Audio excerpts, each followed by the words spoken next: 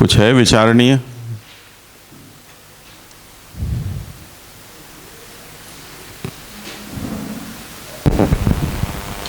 जैसे विचारणीय का तो विषय नहीं है, एक कंफर्मेशन वाली बात है कि जैसे उपक्रम में जो पुरुषोत्तम जी ने बताया है कि एक मापदंड वाली बात बताइए कि भाई वो अपनी अवस्था को समझ, कैसे सब अवस्था को समझ सकता है। तो उसमें आपने बताया था कि जब आप कीर्तन द्वारा प्रभु भजन कर रहे हैं तो कीर्तन से मन में उत्पन्न होने वाला विशेष सुख के मापतोल से भक्ति वृद्धि की परीक्षा कर लेनी चाहिए। अब इसको उपक्रम के इस भाग को अगर ये 3 श्लोक से जोड़ें तो ऐसे ही तो अर्थ निकल रहा है कि जो विरही भक्त है भगवत गुणगान और कीर्तन वाला, तो उसकी अवस्थाएं इस तरह से हो रही हैं। वो अगर उसमें इस तरह की, कौन से 3 श्लोक का आप कह रहे हो? ये जो अभी अपने ने किया है, यच्च दुखम और योषदयाम, गोकुल गोपी का नाम उद्वग गामने, ये 3 श्लोक। हाँ, उसमें दुख की बात है, सुख नहीं है। दूसरे श्लोक में सुख की बात हाँ, है। तीसरे में। हाँ, तो अगर किसी विरही भक्ति की ऐसी स्थिति हो रही है तो वो अपनी अवस्था का मापदंड इस तरह से कर सकता है। अभी मैं प्रश्न समझ नहीं पा रहा हूँ, फिर भी किसी मैं भी भी समझ... दोबारा जैसे प्रयास हाँ, करता हूँ। हाँ, जैसे पुरुषोत्तम जी ने वो उपक्रम में ऐसा बताया, आपने जैसा समझाया कि भाई अपनी भक्ति वृद्धि का मापतोल मापदंड क्या है, हमको टाइम टू टाइम अपना मेजरमेंट करना चाहिए किस अवस्था में क्या है। उसके रेफरेंस में, क्योंकि यहाँ पर जैसे आप श्री ने बताया कि ये सब जो बात हो रही है ये विरही भक्त, वो संन्यास निर्णय, वो भक्ति वर्धनी से संन्यास निर्णय, उसके बाद ये इस स्टेज पे आया है।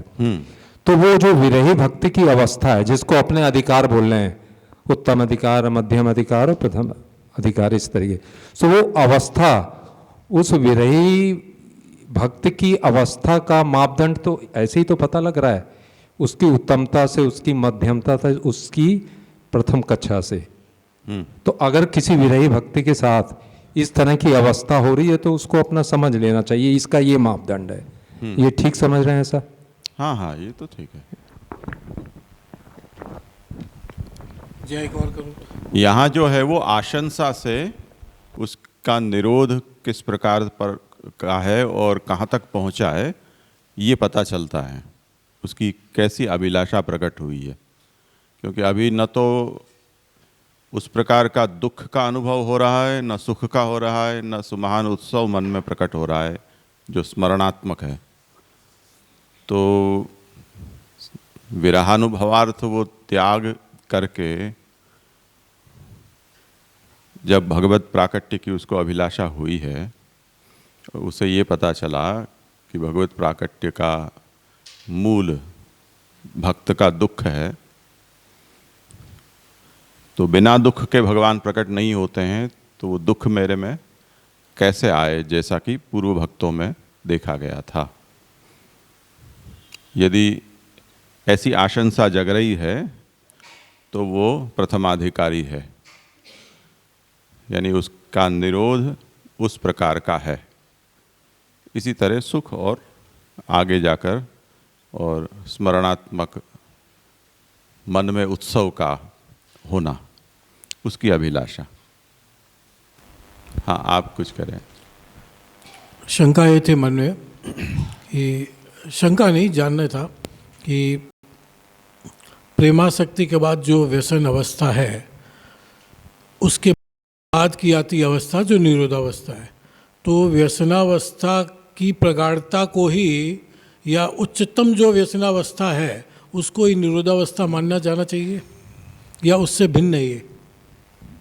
लभते सुदृढ़ाम भक्तिम सर्वतोप्यधिकाम पराम, ये जो भक्तिवर्धिनी में महाप्रभु ने कहा है वो व्यसनोत्तर होने वाली अवस्थाओं का नाम है।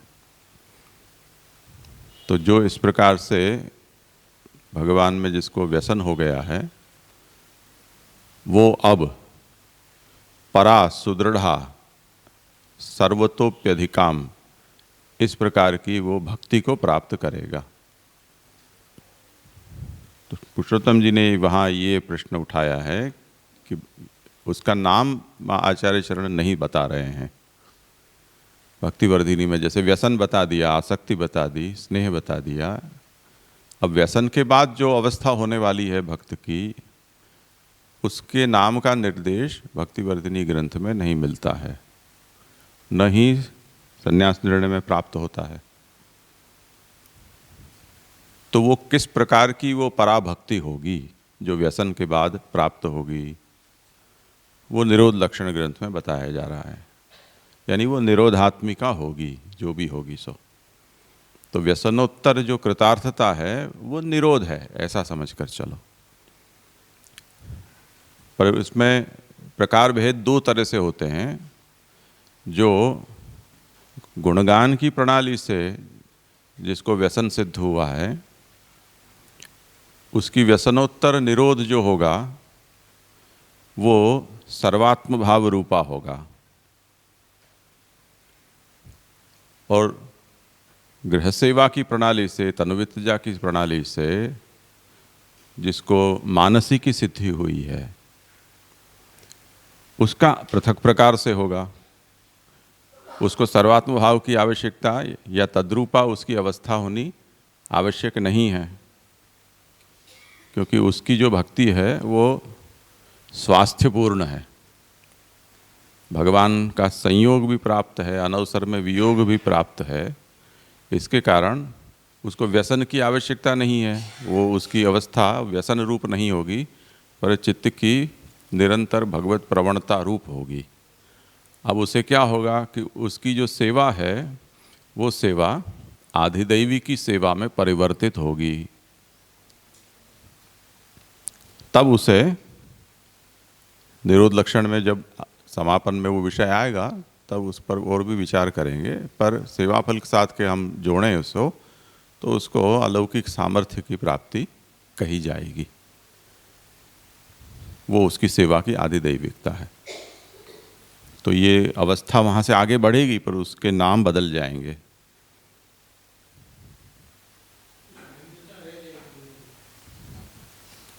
भक्ति की वृद्धि अभी भी चालू रहेगी,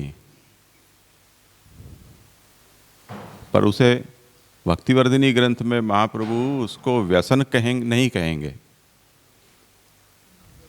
क्योंकि व्यसन का मतलब है उसके बिना न रह पाना। अब जो जिसके साथ रह रहा है, जिसके घर में रह रहा है, जिसका परिचारक बन के रह रहा है, उसको व्यसन की अवस्था की आवश्यकता ही नहीं है, क्योंकि भगवान तो उसको सदा उपलब्ध हैं। इसलिए उसको सिद्धांत मुक्तावली में कही गई प्रणाली से उसको मानसी की सिद्धि होगी, चित्त की निरंतर भगवत प्रवणता। आएगा विषय तब वो देखेंगे। अभी आप ध्यान में रखना, अगर विषय छूट जाए तो बता देना। हाँ नंदिश।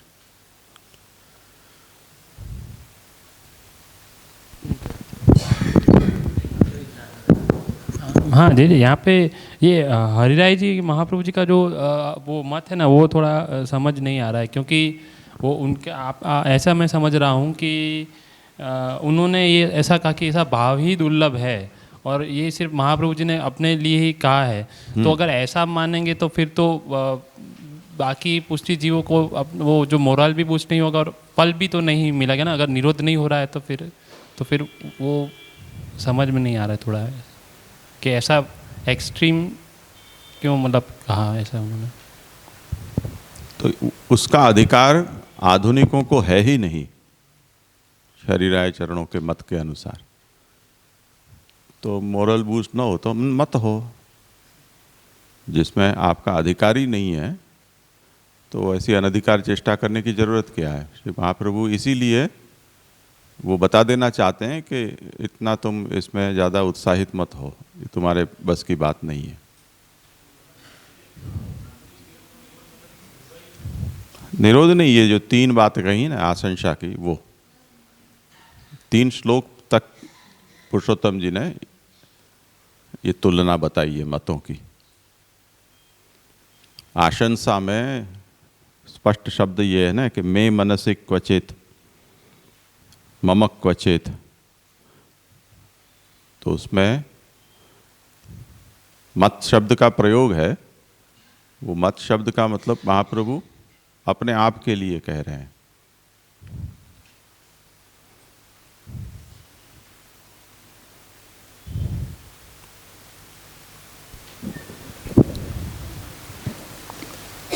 ये तीसरे श्लोक में जो दिया है, वृंदावनी गोकुले वा तथा मे मनसी क्वचित, इसमें ये क्लियर नहीं हो पाया मुझे अभी कि वृंदावनी गोकुले, इसमें जो है नरसिंह लाल जी ने जो बताया, एक लाइन वो पढ़ के बता रहा हूँ मैं कि नंदरा जी, यशोदा जी और ब्रज भक्त, इन सब से उद्धव जी मिले और सबको प्रभु का संदेश उद्धव जी ने दिया। तो वृंदावन में स्वामी जी को और ब्रज भक्तों को मिले उद्धव जी, और गोकुल में परिवार जनों से भी मिले, तो उन्हें उत्सव जैसी अनुभूति हुई। अब वृंदावन में तो उद्धव जी गए नहीं हैं, उनको अनुभूति कैसे हुई? आपने उसमें ये समझाया अभी कि वृंदावन में जो है उनके वहाँ के भक्तों पर अनुग्रह ब्रजवासियों पर ज़्यादा था, पहले से ही ज़्यादा था, इसलिए उनको उत्सव हुआ। पर उत्सव उनको संदेश तो मिले नहीं है कि उद्धव जी गोकुल पधारे हैं, या पहले पूर्व के समय की बता रहे हैं कि पहले जब उनको मिले थे उस समय की बता रहे हैं, इस समय तो उनको मिले नहीं है, ये समझ नहीं आया क्लियर। नहीं, आप वृंदावन गोकुल को इस समय की भूगोल के हिसाब से सोच रहे हो, उसका ऐसा मतलब नहीं है। गोकुल का मतलब नंदराई जी का घर, वृंदावन ही। जब गोकुल तो आप बहुत कम विराजे ना, पूतना आदि के आने के बाद गोकुल छोड़ दिया, वृंदावन पधार गए सब के सब, पीछे तो वृंदावन ही रहे, पीछे गोकुल कहाँ विराजे हैं। अब जो गोकुल पधारे हैं वो गोकुल का मतलब होता है अपने सब बैलगाड़ी और ये सब अपने पशुओं को लेकर वो अर्धचंद्राकार में उनको जमा देते हैं, उनके बीच में झोपड़ी बनाकर उसमें रहते हैं पशुपालक, गडरिया जो होते हैं वो इस तरह से रहते हैं। और जो दूसरे पशु होते हैं, छोटे जो पशु, उनके जंगली जो पेड़ होते हैं कांटे वाले, उसके बाड़े बनाकर उसमें रख देते हैं। बड़े पशु हैं वो ऐसे ही खुले में रहते हैं, इस तरह से विराजते थे। अब वो जो वृंदावन पधारे, पीछे तो वृंदावन ही रहे, और वहाँ पर जब उद्धव जी नंदराई जी के निवास पधारे, उसको गोकुल कहा जा रहा है, जहाँ नंदराय जी का झोंपड़ा था, ऐसा समझ कर चलो स्थूल भाषा में कहें तो। और वहाँ मिलकर उन्होंने, गोपीजनों ने देखा कि रथ आकर खड़ा हुआ है, वो खुसर पुसर कर रही थी कि कौन आया, कैसे आया, क्या आया, क्यों आया। यानी एक बार तो कंस अक्रूर लेकर गया, फिर कौन सी दूसरी आपत्ति आ गई, क्या बच गया हमारा कि जिसको फिर से लेने के लिए कोई आ गया। तो ऐसी सब कई शंकाएं कुशंकाएं उनके मन में हो रही थी। पर क्योंकि वो स्त्रीजन थी, तो ये तो कबीले के सरदार थे, अब सरदार को कोई मिलने के लिए आता है तो सब लोग वहाँ थोड़ी घुस जाते हैं कि क्या है, कौन है, क्यों आया। तो संकोचवश वो दूर से देख रही थी, सबका अवलोकन कर रही थी। उन नंदराय जी आदि से मिलने के बाद जब उद्धव जी गोपीजनों से मिलने के लिए गए, तब गोपीजनों उनको लेकर सब स्थलों का पर्यटन कराया, जैसे हम ब्रज यात्रा करते हैं और वहाँ की लीलाओं का स्मरण करते हैं, उस तरह से। तो पूरी ब्रज यात्रा उद्धव जी को उन्होंने करवाई। उस समय उद्धव जी थे और ये गोपीजन ही थे, और कोई बड़े ज्येष्ठ श्रेष्ठ कोई गोप आदि नहीं थे। तब वहाँ उन्होंने अपने अंतर के सब भाव उद्धव जी के सामने प्रकट किए थे। वो अधिकार केवल उन्हीं का है, वो गोकुलवासियों से भी श्रेष्ठ है। तो वृंदावने गोकुले वा, उसमें वृंदावन का स्थान का नाम पहले दिया है और वा करके गोकुल कहा है। वो वा गौणार्थक वा है, जैसे हम कहते हैं कि हाँ वहाँ गए, फिर कहे कि वहाँ गए कि नहीं, हाँ वहाँ भी गए, तो वो वहाँ भी गए ये उपेक्षा के रूप में कही गई बात है, वहाँ उतना प्राधान्य नहीं है, तो वो वहाँ गौणार्थक है। इस अभिप्राय से ये बताया है कि वृंदावन है गोकुलेवा।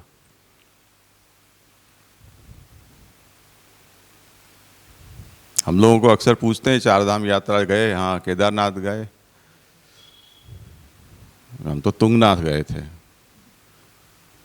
अब लोगों के मन में ये होता है चार धाम का मतलब बद्री केदार गंगोत्री यमुनोत्री ऐसा। अरे हम तो पहाड़ पर गए थे, पहाड़ घूमने के लिए गए थे, केदारनाथ के दर्शन करने के लिए या गंगोत्री में गंगा का दर्शन करना हेतु नहीं था। तीर्थ यात्रा अलग होती है और हवाखोरी या प्रकृति का दर्शन करना अलग चीज़ होता है।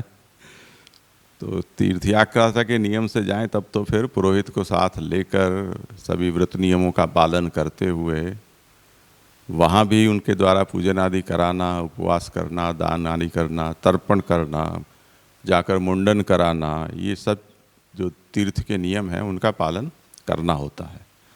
तो घूमना फिरना रखंड पट्टी करना वो अलग बात है। यात्रा हाँ वहाँ भी गए थे ऐसे, तो वो उपेक्षार्थक है। ऐसे वृंदावन है गोकुले, वहाँ गोकुल भी गए ऐसे। ठीक है, कोई है और विषय? हाँ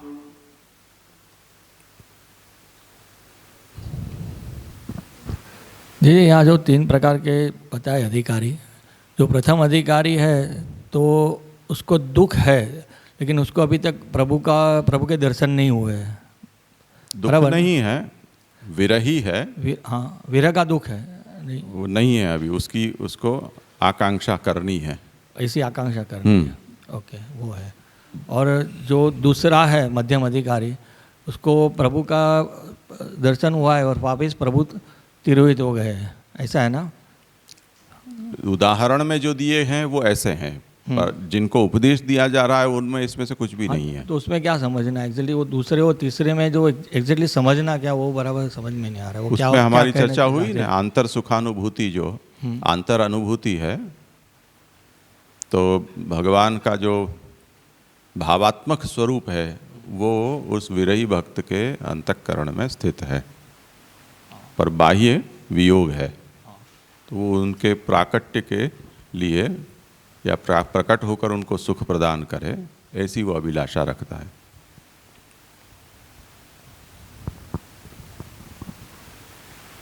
और जो उत्तम अधिकारी की बात की है तो उसमें भी वही आएगा कि उसमें उसको अपेक्षा है ना प्रभु के गुणगान का स्मरण कराने वाले की अपेक्षा, ऐसा तात्पर्य है कि क्या इसमें कि वो स्मरण करके फिर अब अपने आप भी हो सकता प्रक्रिया है। जो ब्रज में जो प्रक्रिया घटित हुई उद्धव जी के आने से, सुमहान उत्सव हुआ, ये तो ये चाह रहे हैं कि वियोगानुभूति में भगवान की पूर्वकृत लीलाओं का उसके स्मरण भी साथ में रहे, जिससे कि वो सुमहान उत्सव उसके चित्त में प्रकट हो जाए। अब ऐसी अभिलाषा उनको इसलिए हो रही है क्योंकि भगवान ने जो प्रकट होकर लीला की थी उसमें ऐसा किया था और वो भूतल पर उनको बड़ा फलरूप अनुभव हुआ था। तो अभी यदि भगवान जो त्यागी विरही भक्त है उसको इसी समय यहाँ फल प्रदान नहीं करना चाहते हैं, अंतिम फल, तो कुछ ऐसा करें कि जिससे वो फल के मुकाम तक पहुँच सके, या मध्य में उसको भगवान कुछ ऐसी अनुभूति कराएं कि जिससे कि उसकी प्रतीक्षा है वो सुखद बन जाए। तो या तो मुझे ऐसी दुख की आशंसा हो जिससे कि भगवान को विवश होकर प्रकट होना पड़े, तो दुख प्राप्त करावें भगवान, तो तथा में मनसी क्वचित ऐसा करके और वहाँ दुख की आशंसा कर रहे हैं। अथवा जिस तरह से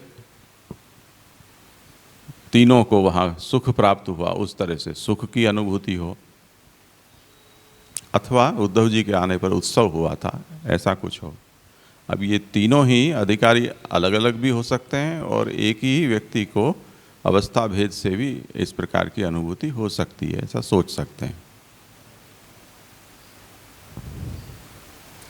अब ये जितना भी कहा जा रहा है वो श्रवण से पैदा हुई भावों की जो भावना है, भगवत श्रवण से पैदा हुई भावों की भावना से सिद्ध हुआ जो भाव है, वहाँ से ये निरोध की प्रक्रिया आगे बढ़ रही है। इसमें कहीं अभी गुणगान या भगवत सेवा, स्वरूप सेवा, उसका यहाँ पर कोई संदर्भ नहीं है पुरुषोत्तम जी के अनुसार। वो विषय आगे अब आएगा, वहाँ वो कहेंगे। तो केवल श्रवण से, उसके बाद उससे उत्तम अधिकार हो तो गुणगान से, और आगे पीछे भगवत सेवा की प्रणाली से। और एक बात है, ये जो आसक्ति ब्रह्म न्याय से जो उनको अनुभव होते हैं, तो वो उस समय उसको दुख मिट जाता है, ऐसा उसको सुख की अनुभूति होती है, ऐसा ही है ना? प्रत्यक्ष पथवत होता है वो। हाँ। और फिर जैसे जैसे आसक्ति यानी भ्रम दूर हो गया तो वापिस वो विरह का दुख अनुभव करते हैं, वो इसी साइकिल चल जाती है। हाँ, ठीक है। दीजिए, ये नंदीश ने जो क्वेश्चन किया ना, उसी के रेफरेंस में जो ये 3 आशंकाएं हर्राय जी मतलब पुरुषोत्तम जी जो आज्ञा कर रहे हैं कि श्री महाप्रभु जी ने अपने तक सीमित रखी है 3 आशंकाएं, पहली 3, क्योंकि पीछे तो अहम निरुद्ध रोधेन से महाप्रभु जी तो ये प्रोसेस को आगे बढ़ाने चाह रहे हैं, जो वहाँ जो महाप्रभु जी का स्टेटमेंट है वहाँ। तो ये 3 आशंकाएं जो हम कार्य लक्षण, जैसे पुरुषोत्तम जी भी आज्ञा कर रहे हैं कार्य लक्षण, और कार्य लक्षण मतलब निरोध का प्रभाव, हम इससे क्या प्रभाव होगा निरोध। तो ये 3 अल्टीमेट फल निरोध के ऐसे गिने जाएंगे कि आगे, मतलब ये उसका पहले निरोध का फल बता के फिर उसकी प्रोसेस दिखा रहे हैं, या फिर ये प्रोसेस की शुरुआत है? क्योंकि अगर 3 आशंका इतनी महान है जो हमारी मतलब किसी की है नहीं। देख लो इसको थोड़ा उपक्रम से फिर से।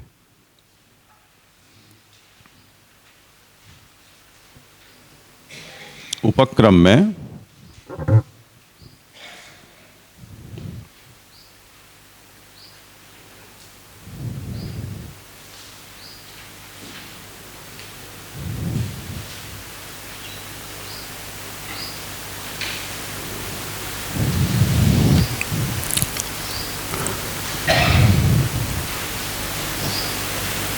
देखो, वहां से देख लो फिर से। भक्तिवर्धिन्याम, संन्यास निर्णय का विषय पूरा हो गया। उसके बाद किंच भक्तिवर्धिन्याम जात भक्ति दृढ़ बीज भावस्य भगवदुक्त स्वविचारित रीत्या भजमानस्य भक्ति प्रवृद्ध्यर्थम ग्रह त्याग पूर्वक श्रवण कीर्तन रूपम साधनम उक्तवन्तः।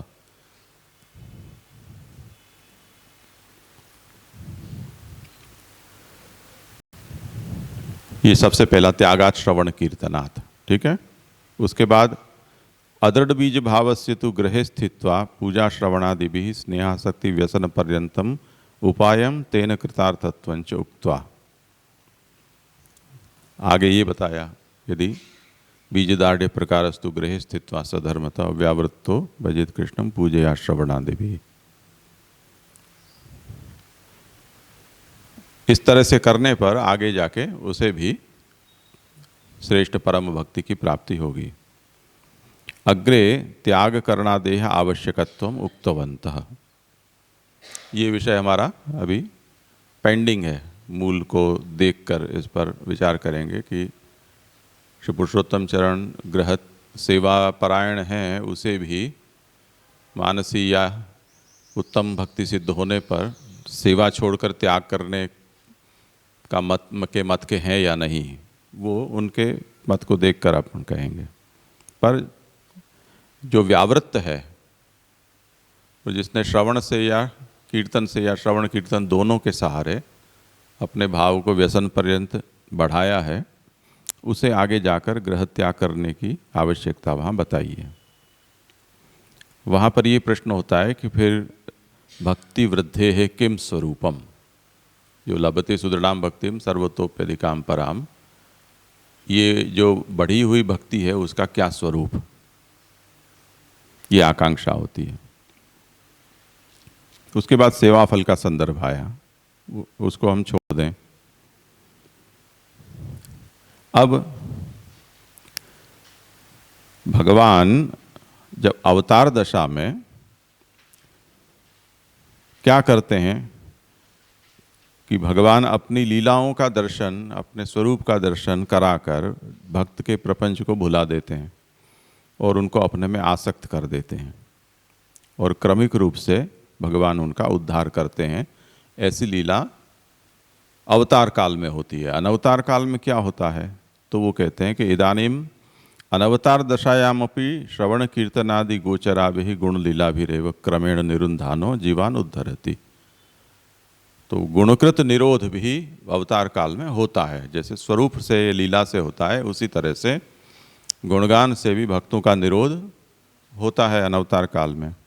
इस बात को बताने के लिए महाप्रभु ने भक्तिवर्धिनी ग्रंथ में त्याग पूर्वकम श्रवणजन्य भावनया भजता, जो त्याग पूर्वक श्रवणजन्य भावना से भजन करता है, जिसका निरूपण अभी हमने 3 श्लोकों में देखा और आगे भी देखेंगे। इसी तरह त्यागपूर्वकम कीर्तनेन भजता दूसरा प्रकार है, गृह त्याग पूर्वक गुणगान से भगवत भजन करने वाला। और तीसरा हरिमूर्ति सदा ध्येया से यहाँ कहा जाएगा गृहे स्थित्वा पूजा दिना च भजता। ये 3 प्रकार आए। उनको यथाधिकारम भक्ति प्रवृद्ध्यात्मक पूर्वोक्त निरोधार्थम यतमानेन भाव्यम। उनको अपने अधिकार के अनुसार ये 3 में से जो भी प्रणाली में वो अनुकूल होते हों, उससे उसे उनको अपने भावों को बढ़ाने के लिए यहाँ उपाय करने हैं। भावन करो, गुणगान करो या भगवत सेवा करो। बात तो 3 ही है। तत्रापि त्यागपूर्वकम श्रवणजन्य भावनया भजता कृपा परीक्षणीया। अब जो प्रथमाधिकारी है, श्रवणजन्य भावना से जो भजन कर रहा है, उसे भी ये जिज्ञासा तो होनी चाहिए ना कि मेरी भक्ति की वृद्धि कितनी हुई। दूसरी ओर से अगर हम इसे जांचने के लिए योग्य न हो तो भगवान की कृपा हमारे ऊपर हुई कि नहीं, या हम जो कर रहे हैं उसे भगवान सुन रहे हैं, स्वीकार रहे हैं या नहीं, ये तो जिज्ञासा होती ही है। तो ऐसी स्थिति में कृपा का परीक्षण उसे करने की अभिलाषा होगी। ऐसे में उसे भगवत गुणों का गान भी करना है और पोतान खुद की अवस्था च परीक्षणीया, अपनी अवस्था का परीक्षण भी उसे करना है। स्वाधिकारानुसारेण स्वस्मिन् निरोधोत्पत्ति आशंसा विशेष ही परीक्षणीया।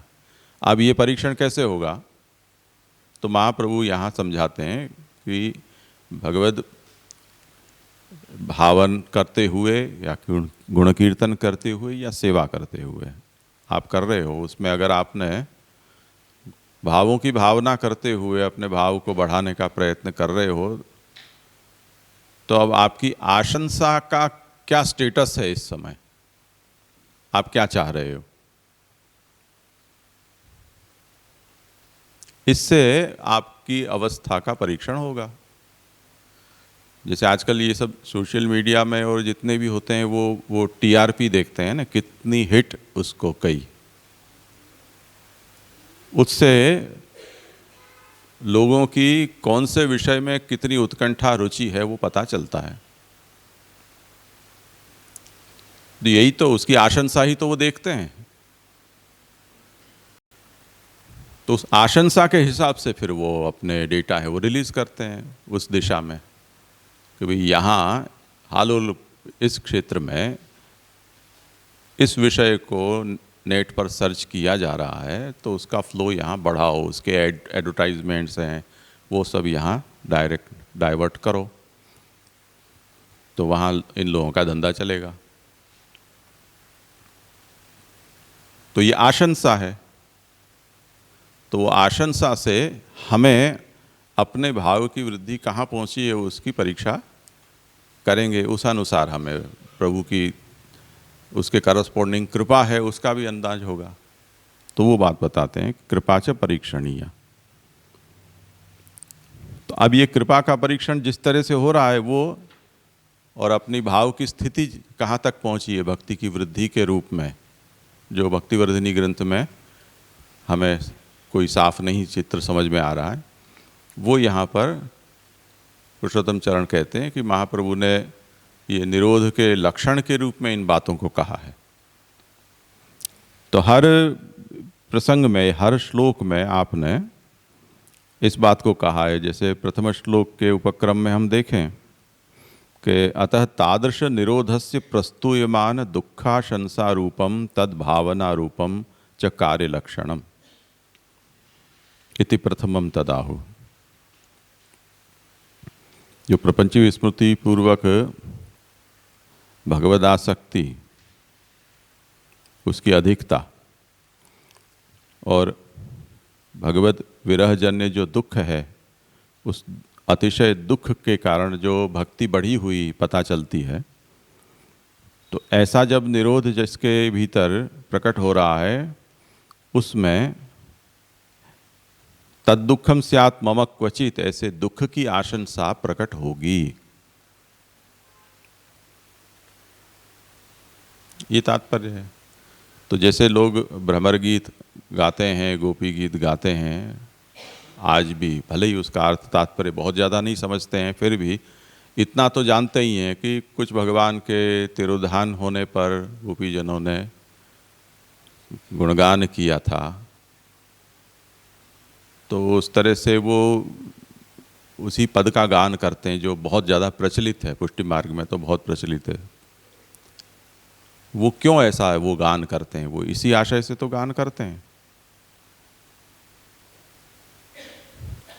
कि उनके भीतर भगवान के तिरोधान से जो दुख प्रकट हुआ, ऐसा दुख हमारे भीतर भी कभी प्रकट हो। तो दुख की आशंसा उनके भीतर भी होती है। तो ये बात यहाँ बताई जाती है कि ये आशंसा जो है वो उस निरोध का कार्य लक्षण है, यानी उसका चित्त भगवान में आसक्त हुआ है, जिसके कारण उसको भगवान के प्राकट्य की तीव्र अभिलाषा जगी है, जिसके कारण उसके भीतर ये आशंसा हुई है कि भगवान का प्राकट्य क्योंकि बिना दुख के नहीं हो सकता है, तो वो दुख मुझे कब हो। ये उसका कार्य लक्षण हुआ, यही उसकी परीक्षा भी हो गई, यही उसकी भक्ति का प्रवृद्ध स्वरूप भी हुआ। बढ़ी हुई भक्ति कहाँ तक पहुँची? तो इतने पहुँची। ऐसे मतलब जो भक्तिवर्धिनी का जो पराभक्ति का जो वहाँ वर्णन है वो ये तीन आशंकाओं में सीमित मतलब फलीभूत हुआ। इससे इसी डेफिनेशन ये तीन से आई। और वो खाली भक्तिवर्धिनी का जो गृह त्यागी है, जिसको श्रवण कीर्तन त्यागी की रेफरेंस में, सबके लिए अलग अलग ऐसे डेफिनेशन आएंगे। हाँ, तो जैसे उससे ऐसा हम कोरिलेट करें, जैसे अपनी संप्रदाय की प्रणाली में हमारी ब्रह्मसवन की दीक्षा भी यही तरह से है। मतलब जो आशंसा है कि जो दुख होना चाहिए वही नहीं हो रहा है भगवान से, और फिर वहाँ स्टॉप हो गई अपनी कि कैसे करेंगे, फिर सीधा समर्पण का प्रकार आ गया। मतलब तो ये पूरी प्रोसेस भी इसी तरफ, मतलब वो यही फल गिन सकते हैं वहाँ, क्योंकि वो जो फल मांग रहे हैं, जो संप्रदाय का प्रवर्तन है, वो पहले तो वही परिस्थिति दिखाई कि भगवान से हम अलग हो गए और जो दुख होना चाहिए वही नहीं हो रहा। और फिर वहाँ पे मतलब ऐसा लगता है कि एक स्टॉप आ गया और फिर नया टॉपिक शुरू हो गया कि अभी हम सब समर्पण कर रहे हैं। तो वो आशंका की जो वहाँ छुपी हुई कामना है, जो पहले पैराग्राफ में ब्रह्मसवन, तो ये यही कामना के साथ इसको कोरिलेट कर सकते हैं जो पहले दुख में आया। वो वहाँ तो ये बात है कि हम इसको अधूरा ले रहे हैं,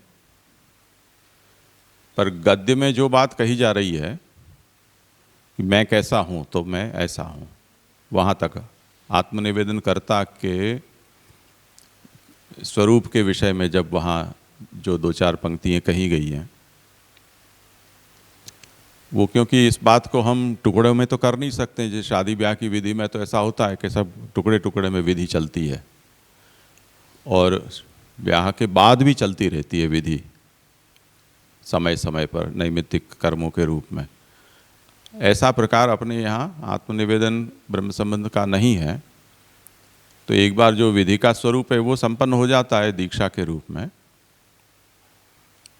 पर जो दुख जिसके कारण भगवान का प्रादुर्भाव होता है, वो दुख तो हम बोल देते हैं कि उसकी हम ऐसे हैं कि वो दुख भी हमें नहीं हो रहा है।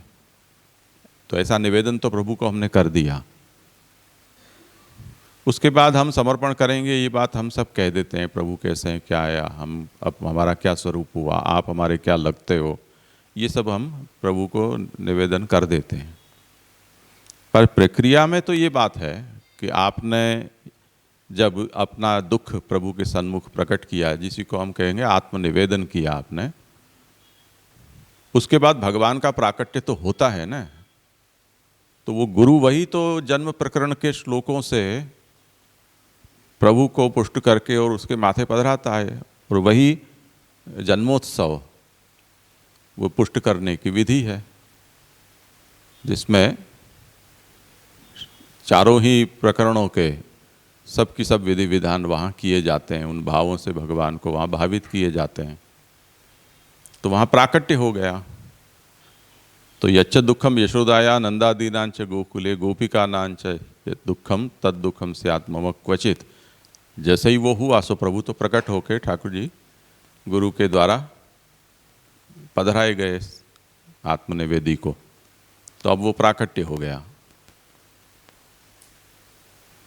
तो ये जो अधिकारी है उसके लिए तो पीछे अब आगे हरिमूर्ति सदा ध्येया संकल्पादपि तत्रैव, वहाँ से निरोध लक्षण जुड़ जाएगा। तो उससे पूर्व की जो बातें हैं वो सब बातें व्यावृत्तोपि हरौ चित्तम श्रवणादौ न्यसेत सदा। वो जो भगवत सेवा का अधिकारी नहीं है और केवल गुणगान के द्वारा या श्रवण कीर्तन के द्वारा जो अपने भाव को बढ़ाना चाह रहा है, उसके लिए पूरी प्रक्रिया बताई जा रही है। हाँ हाँ बिल्कुल। अब ये सब विषय देखो, जिन लोगों को विषय का पूर्व पर का अनुसंधान अच्छा हो वो समझ पाएंगे। और मैंने जैसे शुरू में ही कहा था कि जो धूमकेतु की तरह आ गए हों वो ठीक है, सुने और शब्दों से परिचित हो जाएं। विषय समझ में ना आए तो फिर वो तो तकलीफ रहेगी ही, क्योंकि पूर्वापर का अनुसंधान न हो, ग्रंथ की उपस्थिति न हो, नित्य पाठ में न हो, तो ये समस्या तो आती ही है। तो इसकी भी आशंसा एक और की जा सकती है कि ठाकुर जी ऐसा करें कि ये विषय भी समझ में आने लग जाए। तो ये एक अलग तरह की आशंसा है, उसके लिए एक अलग स्तोत्र बनाया जा सकता है। प्रणव। जी शब्दावली के संदर्भ में थोड़ा प्रश्न था कि जो विरह और यहाँ पर जो दुख, दोनों जो बातें आ रही है, मतलब संन्यास निर्णय में ये कहा कि गृह त्याग विरह के अनुभव के लिए प्रशस्त है, तो वहाँ पर जो विरह की स्थिति है, वहाँ पर उस स्थिति में जो उसके अंदर दुख का प्रागट्य है, और फिर जाकर यहाँ पे प्रथम श्लोक में जो दुख की बात कही, तो दोनों शब्दों को एक समानार्थीतया समझे, या फिर ऐसे भी कहे कि ये भी जो दुख है वो मूलतः तो जो विवेक धैर्याश्रय से महाप्रभु जी आधिदैविक दुख कह रहे हैं वो स्तर पर है, जो इंद्रिय जनक आधि भौतिक दुख की तो बात नहीं है। तो ये विरह और दुख और वैसे ही साथ में विप्रयोग, तो इन तीनों शब्दावली की थोड़ी अगर स्पष्टता हो तो। हाँ, किसी को करना हो विचार इस पर।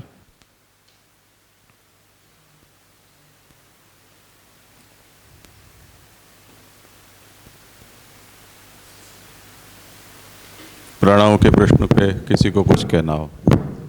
मतलब इस और शायद कुछ सांप सूंघ गया है या क्या है?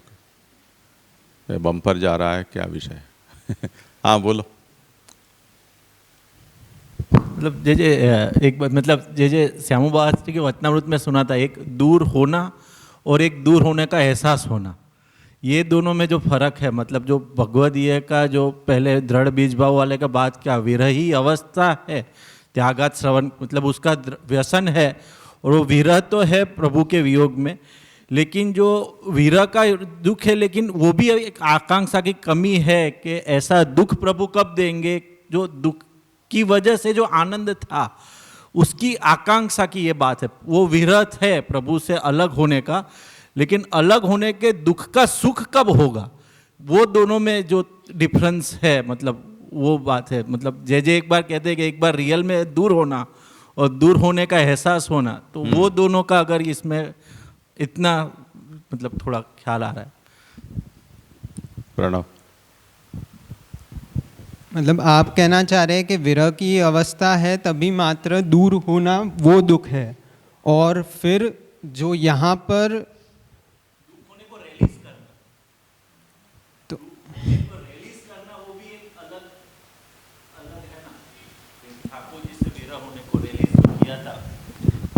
मतलब ब्रज भक्तों ने या नंदराय जी ने दुख दूर, मतलब ठाकुर जी का विरह होने का रिलीजमेंट, वो कितना बड़ी चीज़ है। हमको दूर की कमी है, ठाकुर जी से विरह है तो दूर है, लेकिन दूर होने का दुख और दूर होने का दुख का रिलीजमेंट, ऐसा मेरे को थोड़ा।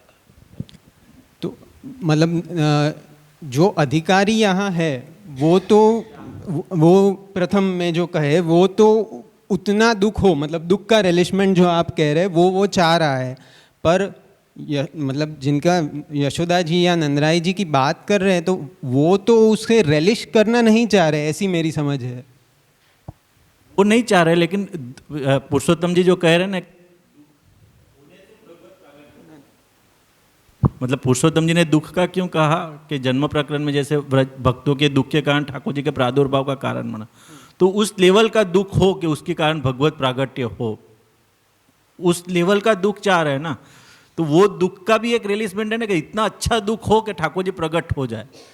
क्योंकि पुरुषोत्तम जी दुख को वो रेफरेंस में ले रहे हैं कि उतनी उच्ची कक्षा का दुख कि जिस जे ने अभी पहले उदाहरण दिया था ना कि हमारे जैसे का दुख को तो ठाकुर जी को कोई फर्क नहीं पड़ता, ऊपर बैठे हैं, तो वो दुख का तो ठाकुर जी की निगाहों में ही नहीं है। लेकिन वो देवकी जी आदि या भूमि जी का वो लेवल का दुख है कि ठाकुर जी को साक्षात प्रकट होना पड़ा, तो वो दुख का भी रिलीजमेंट है ना कि हम में ऐसा दुख आया कि ठाकुर जी प्रकट हो जाए, तो वो दुख की आकांक्षा, इतना मेरे को डिफरेंस लगा।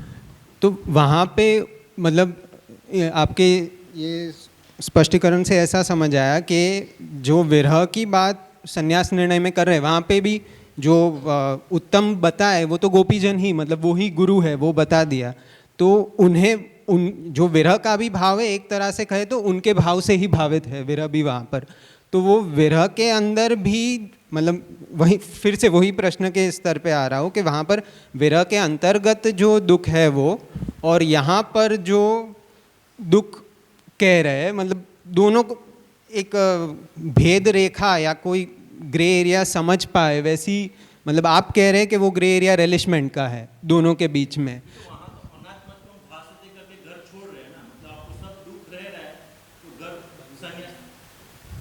संन्यास लेने में तो वही मान के हम घर छुड़वा रहे हैं ना।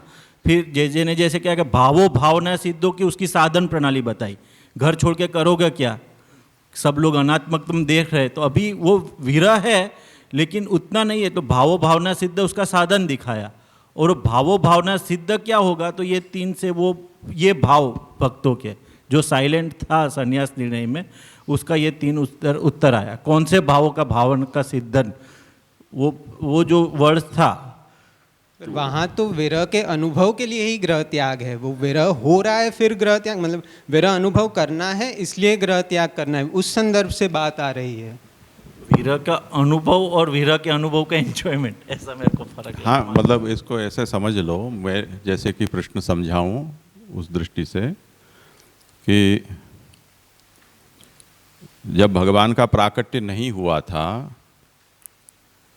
उस समय नंदराय यशोदा जी या देवकी वसुदेव जी को थोड़ी कोई दुख था, उनको वो कल्पना ही नहीं थी। जब तक आकाशवाणी नहीं हुई तब तक तो उनको ये कल्पना ही नहीं थी कि ऐसा कुछ होने वाला है। पर जब आकाशवाणी हुई उससे पूर्व ऊपर पृथ्वी को दुख हो चुका था जो ब्रह्मा जी को लेकर गई। आकाशवाणी होने के बाद देव की वसुदेव के मन में ये बातें आई कि अब भगवान हमें निमित्त बनाकर प्रकट होंगे। और जैसे कि एक के बाद एक कंस ने जो अत्याचार शुरू किए उससे भक्त दुखी हुए। अब भगवान का अभी आविर्भाव हुआ नहीं है, उससे पूर्व ही भक्त दुखी हैं। तो जिस तरह से लीला का क्रम चल रहा है उसमें हम देखते हैं कि देवता लोग कुछ कर सकते थे। ऐसा नहीं है कि ऐसे छोटे मोटे अत्याचार हैं उनको देव अपने सामर्थ्य से रोक न पाएं,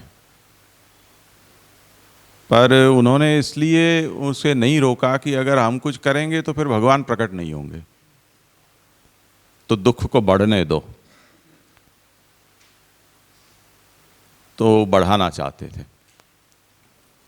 और कम लगा तो नारद जी ने आके और बढ़ा दिया कि भाई वो कमल के पत्ते में से कहीं से भी गिनो तो कोई सा भी 8वां हो सकता है।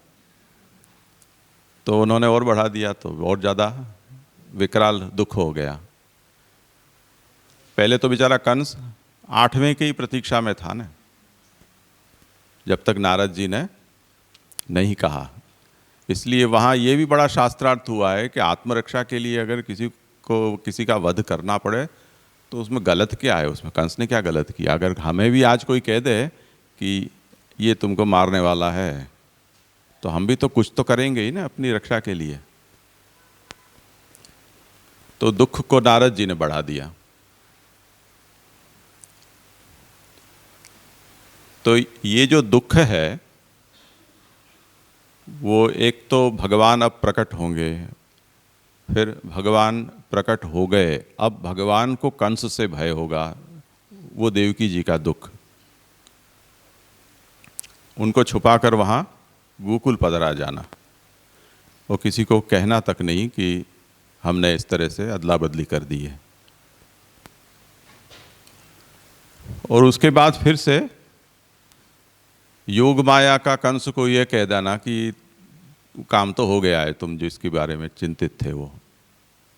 और फिर कंस का अत्याचार, पूतना का भेजना, फिर से दुख। तो अब ये दुख की तो लंबी परंपरा पहले से और भगवान के प्राकट्य के समय और बाद तक वो चली ही जा रही है। और इनसे सब लोगों का जो चित्त है वो भगवान में केंद्रित हुआ रहा है। ये सब भगवान को लेकर है। अब ऐसे में वसुदेव देवकी जी ने जब भगवान को वहाँ पधराया तो उनको क्षणिक संयोग मिला, भगवान का साक्षात्कार हुआ। बड़े कठिन हृदय से उन्होंने भगवान को गोकुल पधराए। तो विरह हुआ यानी बिछोड़ना। तो भगवान से वो बिछुड़ गए। अब बिछोड़ना, ये जो रासेश बोल रहा था कि अलग होना और अलग होने का एहसास होना, उसकी अनुभूति होना, तो विरह का दुख, ये दो बातें तो हमें साफ साफ अलग समझ में आती है ना।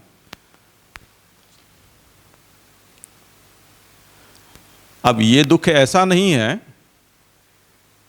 कि जो वसुदेव जी ठाकुर जी को पधरा के और गोकुल जा सकते हैं और जब बाद में कंस ने उनको छोड़ भी दिया कि ये तो सब विधि का और काल का खेल है, तो तुम मेरे अपराध की क्षमा कर दो, मैं अपराधी हूँ, पापी हूँ।